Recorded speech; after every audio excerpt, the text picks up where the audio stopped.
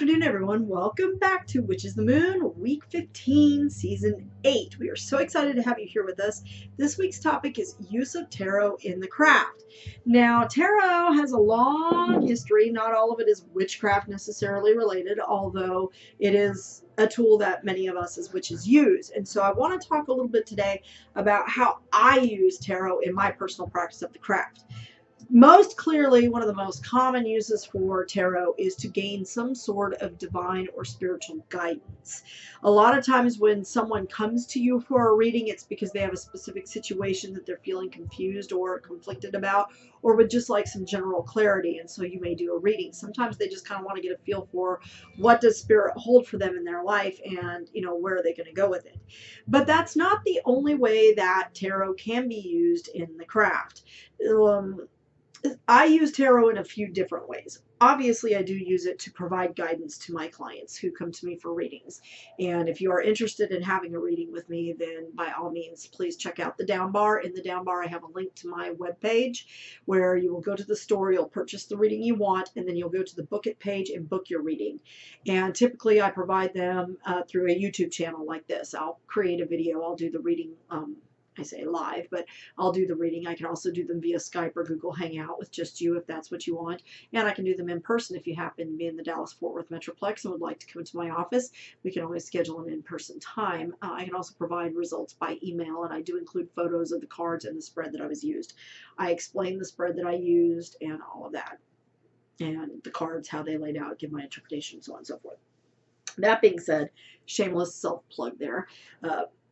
That's not the only way in which I use tarot in the craft. And I have talked, I think we did a series last season of using tarot in spell work. And I do use tarot in spell work in a couple of different ways.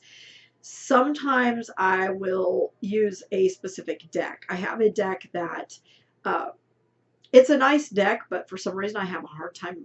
Well, I used to have a hard time reading. It was weird. I set it aside for quite a while. It was a deck that was gifted to me. And I just, as soon as I pulled it out of the box, I could not interpret this deck. It was really weird. It didn't seem to speak to me in the way that other decks do. And so I set the deck aside for a long time. But I would use the cards for visualization. So for example, if there's a specific energy that I want to pull into my spell work. In last week's video, I talked about some of my favorite tarot cards, and I mentioned the Death card and the Tower card are a couple of my favorite cards because although they often mean change, sometimes in a less than pleasant way, like with the Tower, it's usually sudden, unexpected, and dramatic kind of change. Change provides room for new growth. When you have a forest fire and it wipes out the fire and it wipes out the animals, it's very sad, but at the same time, it allows for new growth because pine cones cannot open without heat. So unless you have a fire, new trees are not going to form. So, it raises, but it builds up. And I find that that's often true. So if I'm dealing with a situation that I feel conflicted about or something that's very difficult, I will use tarot cards as a meditation focal point. So I may take that card and set it up, or I will use it as a visualization tool in a spell to work something in the way that I need it to go. Another way that I use tarot, I have a specific deck that I use for this that I'm going to pull out and show you. This is the Ancestor Path Tarot, and I really like it because it's got different major cultures of the world represented, including Native American culture, which is something that I really am drawn to. And it was because of that picture on the cover that I actually bought the deck. I like this deck, but I don't use it typically for readings. I use it for myself in terms of personal readings, which I don't like to read for myself because I'm always afraid that I'm going to interpret what I want out of it.